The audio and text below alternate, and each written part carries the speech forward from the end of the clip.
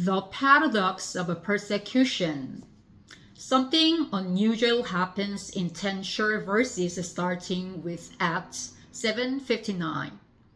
The story turns quickly from Stephen's horrific death by stoning to other believers in Christ being scattered and preaching the word, leading to these amazing words.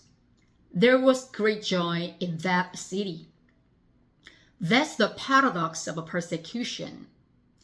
European pastor Hristo Khrushchev experienced the miracle of good coming from evil. In the 1980s, he was arrested for preaching and thrown in prison. While there, he spoke openly about the gospel of Jesus. Upon his release 8 months later, he said, "We had a more fruitful ministry there than we could have expected in church. God was better served by our presence in prison than if we had been free." From persecution to great joy, just like in the early church. When great persecution broke out, those who had been scattered preached the word wherever they went. As a result, there was great joy in a city in Samaria. When forces in our world stand against the truth and teachings of the Scripture, especially the gospel, that's not the time to give up. God moves in powerful ways when the church faces such difficulties. Peter said, "Do not be surprised at such fiery trials. In such cases, you are blessed, for the Spirit of glory and of God rests on you." God has the power to turn persecution into something precious.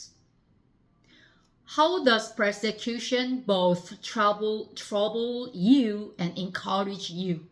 Why do you think it can lead to joy? Dear God, please help me remain faithful to you. 박해가 가져다준 역설. 사도행전 7장 59절부터 시작하여 짧은 10절 안에 특이한 일이 벌어집니다. 돌에 맞아 끔찍하게 죽은 스데반의 이야기로부터 흩어져 복음의 말씀을 전하는 다른 그리스도인들의 이야기로 갑자기 넘어가고는 그 성에 큰 기쁨이 있더라 라는 놀라운 말로 이어집니다. 바로 박해가 가져다준 역설입니다. 유럽인 목사 흐리스토 클리체프는 악에서 선을 이루는 기적을 체험했습니다. 1980년대에 설교했다는 이유로 체포되어 투옥된 그는 감옥에서 드러내놓고 예수님의 복음을 전했습니다. 8개월 후에 석방되자 그는 이렇게 말했습니다.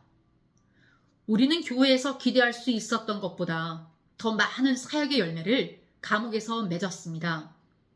우리는 자유로웠을 때보다 감옥에서 하나님을 더 잘 섬겼습니다." 초대교회에서와 같이 박해가 큰 기쁨으로 바뀐 것입니다. 큰 박해가 있어.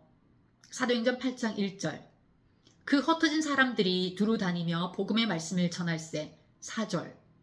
그 결과 사마리아의 한 성에 큰 기쁨이 있었습니다. 8절.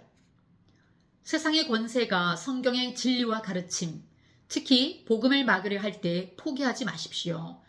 교회가 그런 어려움에 직면하게 되면 하나님이 강력한 방식으로 일하십니다. 베드로는 그러한 불같은 시험을 이상히 여기지 말라. 베드로전서 4장 12절라고 말했습니다. 그런 일을 당한다면 여러분은 복이 있습니다. 영광의 영, 곧 하나님의 영이 여러분 위에 머물러 계시기 때문입니다. 14절. 하나님은 박해를 소중한 무언가로 바꿀 능력이 있으신 분입니다. 박해가 어떻게 당신을 괴롭게 하고 또 격려를 줍니까?